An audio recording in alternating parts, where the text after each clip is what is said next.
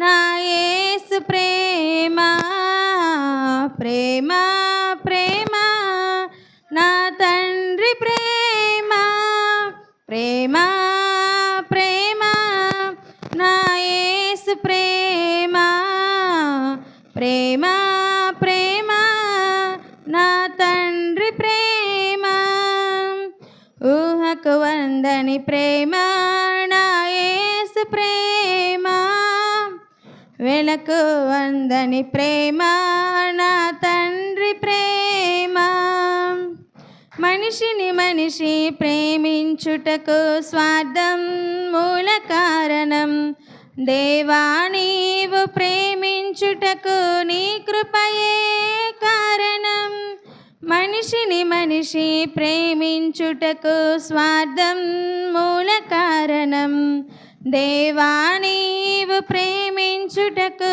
నీ కృపయే కారణం మనుషులు మారినా మమతలు మారినా బంధాలు వీడినా యేసు ప్రేమ మారదు మనుషులు మారినా మమతలు మారినా బంధాలు వీడినా యేసు ప్రేమ మారదు ప్రేమ ప్రేమ నా యేసు ప్రేమ ప్రేమ ప్రేమ నా తండ్రి ప్రేమ ఊహకు వందని ప్రేమ నా యేసు ప్రేమ వెలకు వందని ప్రేమ నా యేసు ప్రేమ జీవితమంతా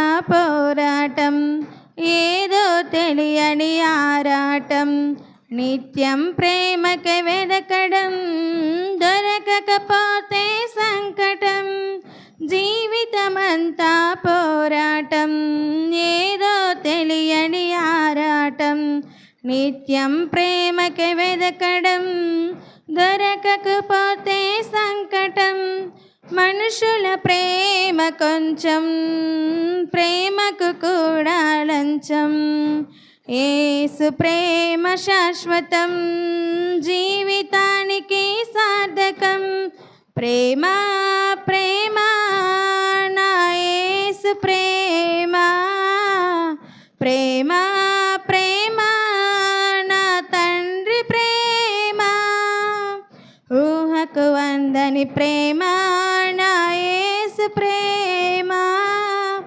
వెలకు వందని ప్రేమ నా తండ్రి ప్రేమ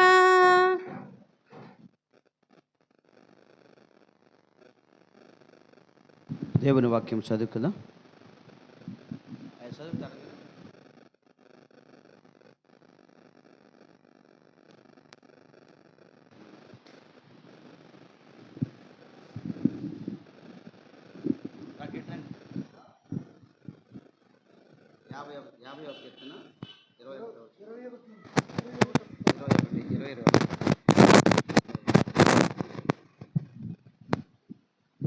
యాభై కీర్తనలు 21వ కీర్తనలు 21వ అధ్యాయం వచనం. ఇట్టి పనులు నీవు చేసినను నేను మౌనినై ఉంటిని, అందుకు నేను కేవలము నీ వంటి వాడినని నీవు అనుకుంటువి. అయితే నీ కన్నుల ఎదుట ఈ సంగతులను నేను వరుసగా ఉంచి నేను గద్దించదను. అంతేనా? ఒకటే కదండి. దేవుని మరచువారులారా దీని యోచించుకొనుడి, లేని ఎడల నేను మిమ్మను చీల్చివేయుదును, తప్పించువాడెవడును లేకపోవుడు. దేవుడు ఈ లేఖన భాగం ఆశీర్వదించునుగా. రమేష్. దేవునికి స్తోత్రము. చదివిన యవనస్తులు రమేష్ గారికి హృదయపూర్వక వందనాలు. సమయంలో మరి యోహాను సహోదరులు యోహాను దేవుని వాక్యాన్ని మనకి కొద్ది నిమిషాలు వివరిస్తారు.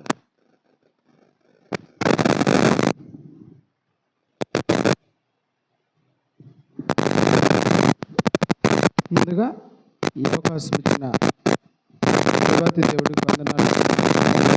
స్థానిక సంఘాలందరికీ ఇప్పుడు వచ్చిన సంఘాలందరికీ హృదయపూర్వకమైన వందనాలు.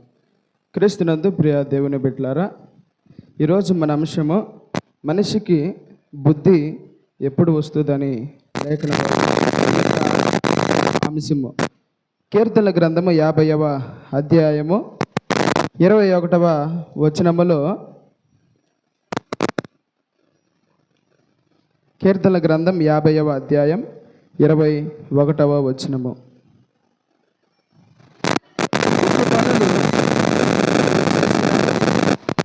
నేను మౌననై యుంటిని, అందుకు నేను కేవలము నీ వంటి వాడనని నీవు అనుకుంటివి. అయితే నీ కన్నుల ఎదుట ఈ సంగతులను నేను వరుసగా ఉంచి నిన్ను గద్దించేదను. క్రీస్తునందు ప్రియ దేవుని బిడ్డలారా, ఈ లేఖన భాగము ఏమని సెలవిస్తూ ఉందంటే, ఇటు పనులు నీవు చేసినను నేను మౌనంగా ఉంటిని. అయితే ఈ లేఖన భాగము నువ్వు ఏ పనులు చేసినా దేవుడు మౌనంగానే ఉంటూ ఉన్నాడు. కానీ నువ్వు దేవుణ్ణి మర్చిపోతూ ఉన్నావు.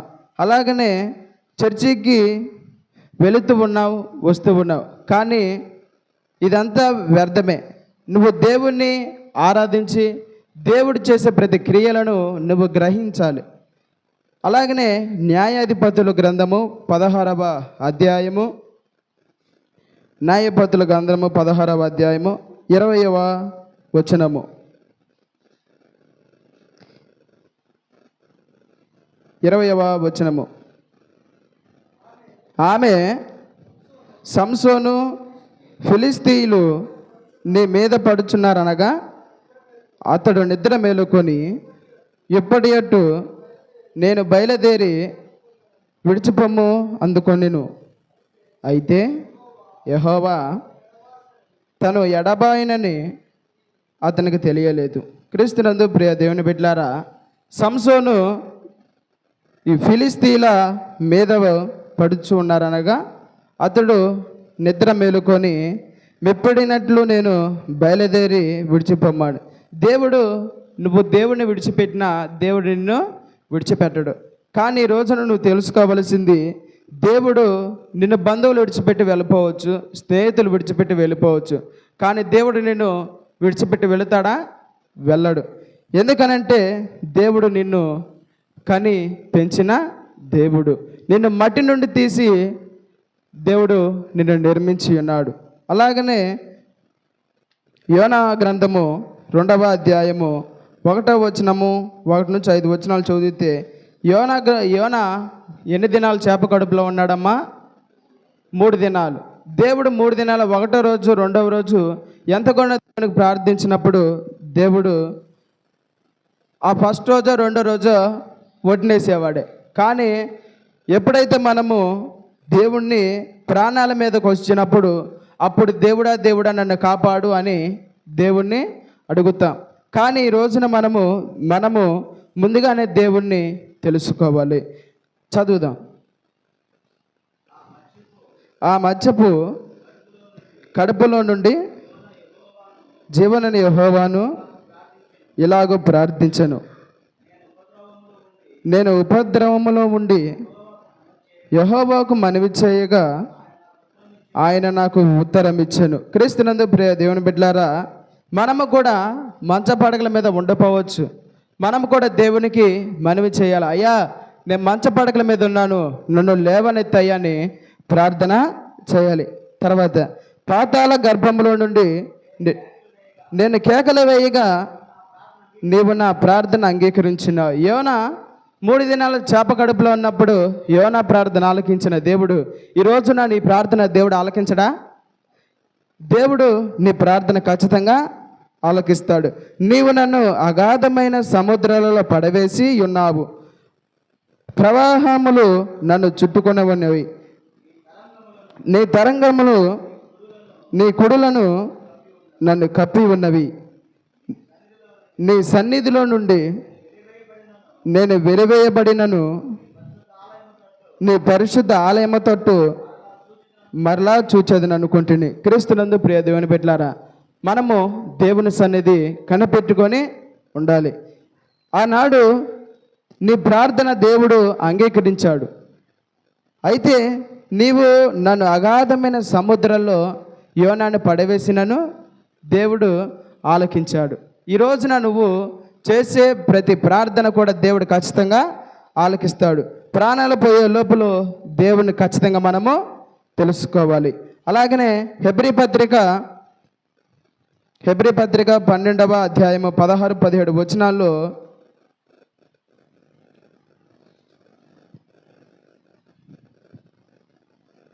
పన్నెండవ అధ్యాయము 16 వచనము.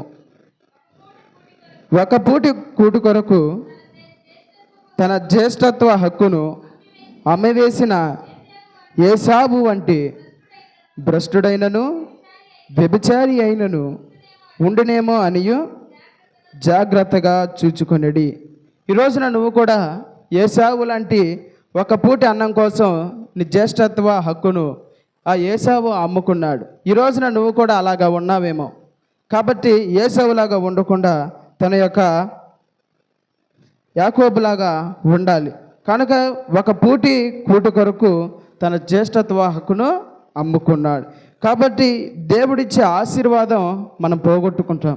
పోగొట్టుకోక మునిపే దేవుణ్ణి మనము తెలుసుకోవాలి. అదే గ్రంథము అదే అధ్యాయము 17వ వచనము. ఏసావు ఆ తర్వాత ఆశీర్వాదము పొందగోరి కన్నీళ్ళు విడుచుచు దాని కొసరము శ్రద్ధతో వెతికెను. క్రీస్తునందు ప్రియ దేవుని బిడ్డలారా, అప్పుడు ఏసావు తన జ్యేష్ఠత్వ హక్కును వదులుకున్నాడు.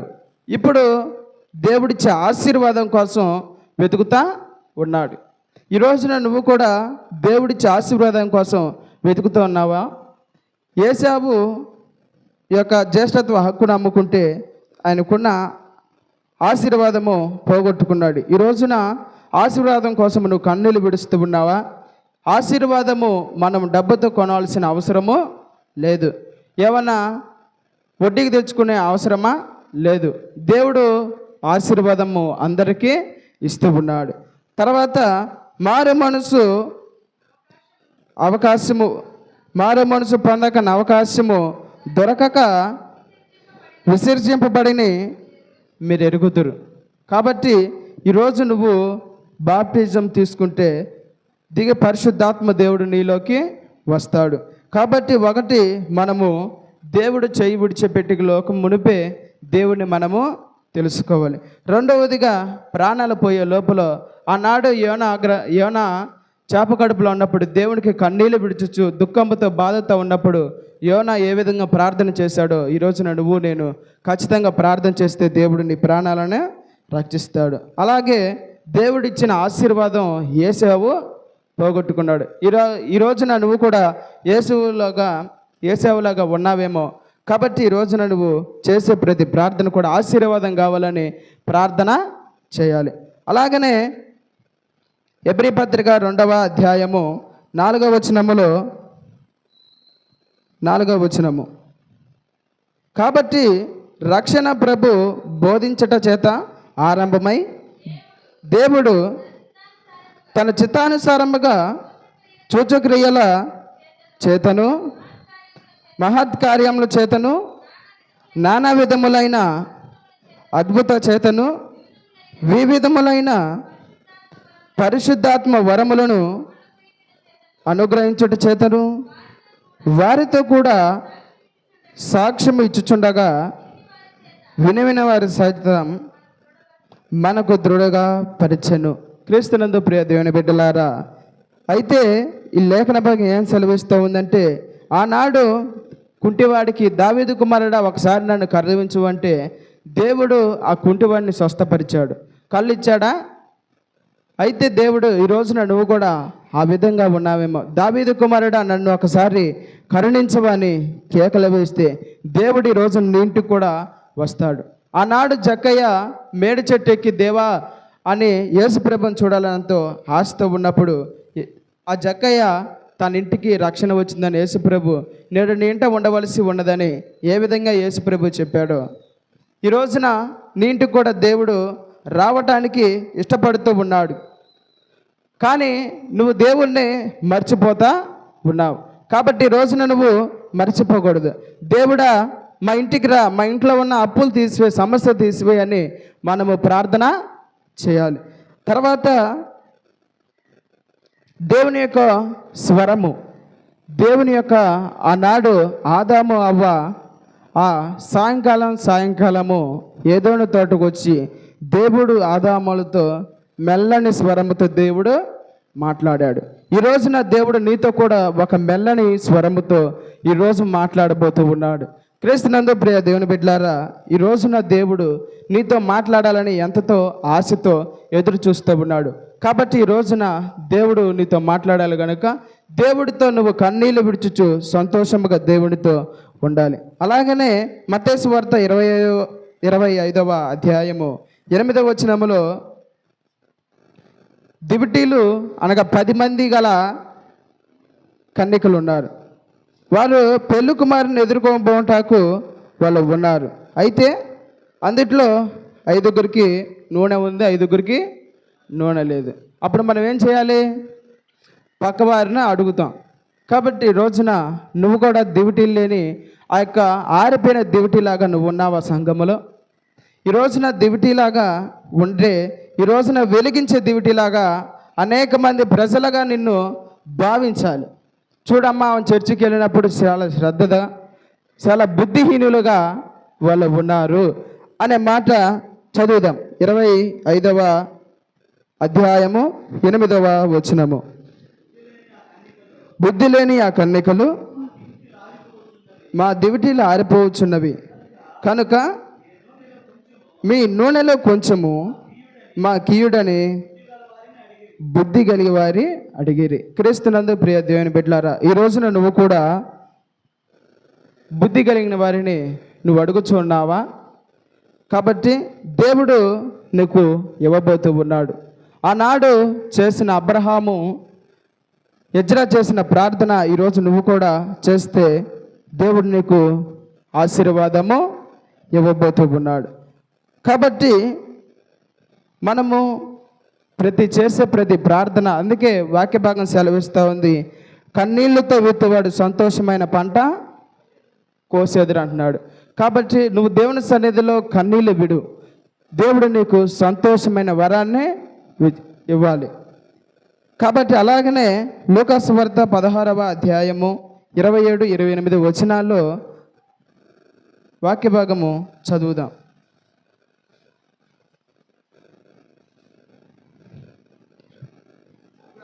అప్పుడు అతడు, తండ్రి అలాగైతే నాకు 5గురు సహోదరులు ఉన్నారు, వారును వేదనకరమైన స్థలముకు రాకుండా నన్ను సాక్ష్యమిచ్చుటకై నా తండ్రి ఇంటికి వారిని పంపవలనని నిన్ను వేడుకొనుచు ఉన్నాను. ఇదిగో వేతన పడుచు ఉన్నారు. ఈ రోజున నువ్వు కూడా దేవుని కోసము ఎదురు చూడాలి. మనము వేతన పడే లోపులు, అనగా మంచ పడకల మీద ఉండి, దేవా నన్ను కరుణించయ్యా, ఆనాడు గుడ్డివారికి కళ్ళు ఏ విధంగా, దేవా దావీదు కుమారుడా నన్ను కరుణించమన్నాడు. ఈ రోజున నువ్వు కూడా ఆ విధంగా ఉండి దేవుడిని, అయ్యా నా ప్రార్థన ఆలకించు అని అన్నాడు. అలాగనే తర్వాత 2వ రాజుల గ్రంథము 5:26లో దేవుడు మనము చేసిన ప్రతి పాపము సంఘంలో తెలియచి, అలాగే అనేక మంది రోడ్డు మీదకి ఈడ్చినప్పుడు, అప్పుడు దేవా ఎందుకు నన్ను చేయబిడిచావయ్యా, ఇంతవరకు చేసిన పాపాలు ఇలా బయట పెట్టావు అన్నప్పుడు అప్పుడు మనకి బుద్ధి వస్తుంది. కాబట్టి ఈ రోజున మనము చేయవలసింది, ఒకటి దేవుడు చేయి విడిచక పెట్టక మునిపే మనము దేవుణ్ణి తెలుసుకోవాలి.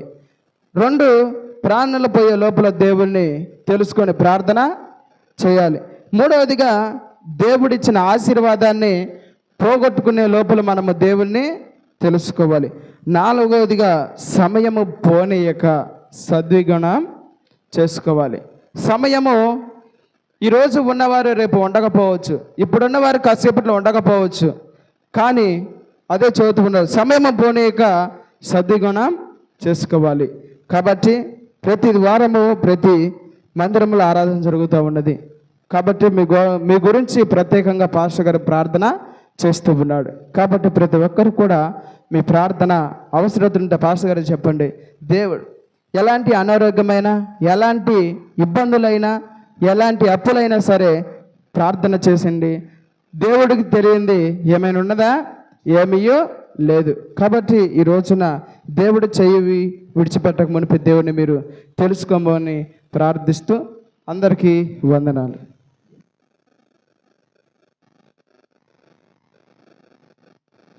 దేవునికి స్తోత్రము. మరి 4 విషయాలు చెప్పి ఉన్నారు. మరి యోహానికి హృదయపూర్వక వందనాలు. మనిషి చనిపోకతలకే దేవుని తెలుసుకోవాలి. అలాగే తన తప్పులు తెలుసుకొని దేవుని కొరకు ప్రార్థించాలని, అలాగే మరి దేవుడిచ్చిన ఆశీర్వాదము పోగొట్టుకోతలకే మనం ప్రార్థన చేయాలని, దేవుని వెతకాలని ఈ 4 విషయాలు చెప్పారు. దేవుడు వారిని దీవించును గాక. క్రీస్తునందు ప్రియులారా, దావీదు యొక్క జీవితంలో కూడా దావీదు ఎలాగనే ప్రార్థన చేస్తాడు. దావీదు 120వ కీర్తనలో మొదటి వచనము దావీదు ఎలాగ ప్రార్థన చేస్తాడు. 121 నా శ్రమలో నేను యెహోవాకు మొరపెడితిని, ఆయన నాకు ఉత్తరం ఇచ్చును. ప్రియులారా, ఎప్పుడైతే మనము దేవునికి మొరపెడతామో అప్పుడు దేవుడు మనకి ఉత్తరం ఇస్తాడు. సంసోను ఆయన భక్తిగా ఉన్నప్పుడు దేవునిని మర్చిపోయాడు. దేవుని యొక్క నియమాన్ని విడిచాడు. తన యొక్క వ్రత సంబంధమైన వెంట్రుకలను పోగొట్టుకున్నాడు. మద్యాన్ని తాగాడు. తర్వాత ఆ రాయబడిన మాట చదివితే దేవుడు విడిచిపోయిన సంగతి కూడా అతనికి తెలియలా. తర్వాత 2 నేత్రాలు తీసేశారు. ఆ యొక్క తిరుగులు విడిచేవారిగా ఉండిపోయాడు. మనం అలా ఉండకూడదనే హెచ్చరిక. దేవుడిచ్చిన రక్షణ మనం కాపాడుకోవాలి.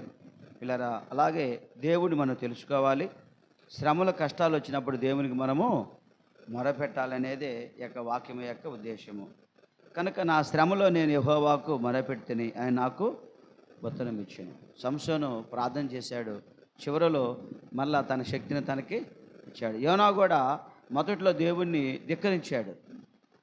ఆ తర్వాత తిమింగల గర్భంలో ఉన్నప్పుడు 3 రోజులు ప్రార్థించిన తర్వాత దేవుడు క్షమించి యోనానికి మరలా శాప కడుపులోంచి బయటకు వచ్చేటట్లుగా దేవుడు చేశాడు. కాబట్టి పిల్లరా, మనము కూడా అలాగ ప్రార్థన చేయాలి. ఈ ఏశావు తర్వాత ప్రార్థన చేశాడు, కన్నీళ్ళు కార్చాడు. ఎప్పుడు? ఆశీర్వాదం పోయిన తర్వాత. ఆ తర్వాత ఎంత మారు మనసు పొందినా మారు మనసు రాలేదు, తిరిగి ఆశీర్వాదము రాల. కాబట్టి మనం అలా కాకుండా సమయం ఉండగానే దేవునికి ప్రార్థన చేయాలని, దేవుడిచ్చిన రక్షణ మనము కాపాడుకోవాలని, రక్షణ లేని వారు రక్షణ కొరకు వెదకాలని, ప్రార్థన చేయాలని మనము తెలుసుకుంటున్నాం. తప్పిపోయిన కుమారుడు తండ్రి వద్దకు రావటానికి పిల్లరా ఆ రాయబడ్డ మాట బుద్ధి వచ్చింది. సహోదరులు చెప్పారు, 5 బుద్ధి లేని వారు, 5 బుద్ధి గలవారు. ఈ 5 బుద్ధి లేని వారికి నూనె లేదు, చెద్దెలలో నూనె లేదు. అమ్మేవారి దగ్గరకు పోయి ఆ నూనె గల వారి దగ్గరికి వెళ్ళి అడిగారు నూనె ఇవ్వమని. వారు ఏమన్నారు? ఇది మాకు మీకు చాలదన్నారు. కాబట్టి సమయం ఉండగానే మనం ఏం చేయాలి? నూనెను చిత్తపరుచుకోవాలి. నూనె అంటే ప్రార్థనా జీవితము.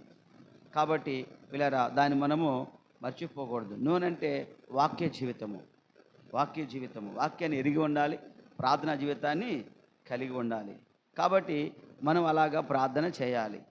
తప్పిపోయిన కుమారుడైతే అతడు సమస్తానికి పోగొట్టుకున్నాడు, తిరిగి తండ్రి వద్దకు వచ్చాడు. కాబట్టి తన తప్పు తెలుసుకున్నాడు, తండ్రి దగ్గరకు వచ్చాడు, తన తప్పును ఒప్పుకున్నాడు. దేవుడు ఆ తండ్రి కనికరించాడు. అలాగే మనము కూడా ఏదైనా ఒకవేళ పొరపాట్లు ఉంటే మనము సరిచేసుకోవాలి. రక్షణ లేని వారు రక్షణ కొరకు దేవుని కొరకు వెదకాలి, ప్రార్థన చేయాలి. ఒకవేళ ఏదైనా మనం దేవుని ధిక్కరించి దారి తొలగిపోతే, సంసోనులాగా యోనాలాగా తప్పిపోయిన కుమారులాగా తొలగిపోతే మనం ఏం చేయాలి? పశ్చాత్తాపడి ప్రార్థన చేసుకోవాలి. బుద్ధి గల వలె మన నూనెని చిదపరుచుకొని ఉండాలి. కాబట్టి బుద్ధి లేని వారికి ఆ తర్వాత సమయం పోయిన తర్వాత తలుపేసిన తర్వాత తలుపు తీయమంటే మరలా రాలా. కాబట్టి బుద్ధి లేని వారికి తర్వాత తలుపు తీయలేదు. అలాగే ఏశావు కూడా ఆ తర్వాత ఎంత ప్రార్థన చేసినా, ఎంత ఎదికినా మరలా రక్షణ, సమయం పోయిన తర్వాత మనం వెతికిన రక్షణ భాగ్యం మనకి దొరకదు. కాబట్టి రక్షణ అనేది దేవుడిచ్చిన మహాభాగ్యము. పరలోకంలో దేవుడు మానవుడిగా దిగివచ్చి తన ప్రాణమును అర్పించటం వలన మన పాపాలు క్షమించడం దేవుడు మనకి రక్షణను ఇచ్చాడు. కాబట్టి రక్షణ మహా విలువైనది, దాన్ని మనం పోగొట్టుకోకూడదు. రక్షణ కలిగిన వారు పోగొట్టుకోకూడదు. రక్షణ లేని వారు ఆ దేవుని తెలుసుకోవాలి, దాని కొరకు ప్రార్థన చేయాలి, దాని కొరకు పశ్చాత్తాపడాలి. కాబట్టి ఈ మాటలన్నీ మీకు తెలియజేస్తూ కుమారుడు చెప్పిన వాక్యముతో ఏకీభవిస్తూ మిమ్మల్ని దీవిస్తూ దేవుడిని దీవించి ఆస్వాదించును గాక. ప్రార్థించుకుందామండి. పరిశుద్ధుడైన మా తండ్రి నీకు వందనాలు ప్రభా. యోహాను వారు ఆయా ట్రైనింగ్ ప్రభా నాయన చేయడానికి సిద్ధపడతా ఉన్నారు, నేర్చుకుంటున్నారు. అయా వారు నాయన తండ్రి తరబేదు పొందుతున్నారు, పరిచర్య చేస్తున్నారు. అలాగే నాయన తండ్రి మా సంఘ బిడ్డలకి ప్రార్థిస్తున్నాము. రక్షణ పొందిన వారు నాయన రక్షణ పోగొట్టుకోకూడదు తండ్రి. నాయన దేవుని ఎలా వెదకాలో, తండ్రి వద్దకు ఎలా రావాలో మా ప్రభా మీరు తెలియజేసి ఉన్నారు. యోనా నాయన మొదట్లో ధిక్కరించాడు, సువార్తను ప్రకటించడానికి ఇష్టం లేక, నినేవ పట్టణానికి పోవటానికి ఇష్టం లేక వేరే గ్రామానికి వెళ్ళి వాడు ఎక్కాడు తండ్రి. కానీ నాయన ఆ తుఫాను వల్ల ప్రభా అతని సముద్రంలో పడివేసి శాపం మింగేసింది తండ్రి. ఆ తర్వాత యోనా తప్పు తెలుసుకొని ప్రార్థన చేశాడు కనుక మరలా శాప కక్కివేసిందయ్యా. స్వార్థను ప్రకటించాడు, అనేక వేల మంది రక్షించబడ్డారు. అలాగే తండ్రి రక్షణ లేని వారు తెలుసుకోవాలయ్యా. చనిపోక తలకే అయ్యా దేవుడు ఎవరో, రక్షకుడు ఎవరో, విమోచకుడు ఎవరో, సత్యదేవుడు ఎవరో తెలుసుకోవాలి తండ్రి. అయ్యా రక్షించబడ్డవారు ఆ రక్షణ ఎంత గొప్పదో ఎంత విలువైందో తెలుసుకోవాలి తండ్రి. పోగొట్టుకోకూడదు నాయన. అయ్యా సమయం పోయిన తర్వాత ఎంత ఎదికినా ఆ ఏషావుకు మరలా ఆశీర్వాదం రాలేదు, ఆ బుద్ధి లేని కన్నికలు మరలా తలుపు తేలేదు నాయన. సంసోను ఆ తర్వాత ఎంత ఏడ్చినా కళ్ళు రాలేదు తండ్రి, కళ్ళు పోయాయి నాయన. కనుక సమయం ఉన్న తర్వాతనే మేము ప్రార్థన చేయాలి. సమయం ఉండగానే అన్ని ప్రభా చక్కబెట్టుకోవాలి తండ్రి. బుద్ధిగల కన్నికల వలె ఆ తప్పుపోయిన కుమారుడిలాగా సమయం ఉండగానే రావాలి తండ్రి. కనుక మా సంఘ బిడ్డను దీవించాయా. సంఘములో ఎన్ని కుటుంబాలు ఉన్నాయో యొక్క ప్రభా చిన్నమందా భయపడవద్దన్నావు కనుక నాయన నీ బిడ్డలు ఎంతో ఓర్పుతో ఉన్నారు, ఎదురు చూస్తున్నారు నాయన. కనుక వచ్చిన యవన బిడ్డలను దీవించండి అయా. పురుషులను, స్త్రీలను, అయా చిన్న బిడ్డలను, యవనస్తులను, వృద్ధులను, పెద్దలను ఆశ్రవదించాయా. చక్కగా పాటలు పాడిన వారిని, ఆరాధన జరిగించిన వారిని, మందిరంలో ప్రభా ఎదురు చూస్తున్న బిడ్డలకే వందనాలు. కనుక ఈ ఆదివారపు ఆశీస్సులు బిడ్డలకు కలుగు చేయండి. మా పెద్దలను దీవించండి అయా. మాకు మా ప్రభా మా గ్రామాన్ని ఆశ్రదించు దేవా. యొక్క నాయన లేఖనాల ప్రకారంగా ప్రతి ఒక్కరిని తెలుసుకోవాలని, పశ్చాత్తాపడి ప్రార్థన చేయాలని, అయా సమయం ఉండగానే వేడుకోవాలని ప్రార్థన చేస్తున్నాం. అట్టి కృప దయచేయండి. కనుక వాక్యం అందించిన కుమారుడను, పాటలు పాడిన బిడ్డలను, వాక్యం చదివిన వారిని దీవించి వర్ధిల్లి చేయమని ఈ మానవులు మహాప్రభు రక్షకుడు క్రీస్తు వారి పేరిట ప్రార్థించి వేడుకొనుచున్నాం మా తండ్రి. ఆమె కానుక సమర్పించుకుందామండి. సేకరించిన కానుకలు. నీ ధనము నీ ఘనము ప్రభు యేసుదే, నీ దశమా భా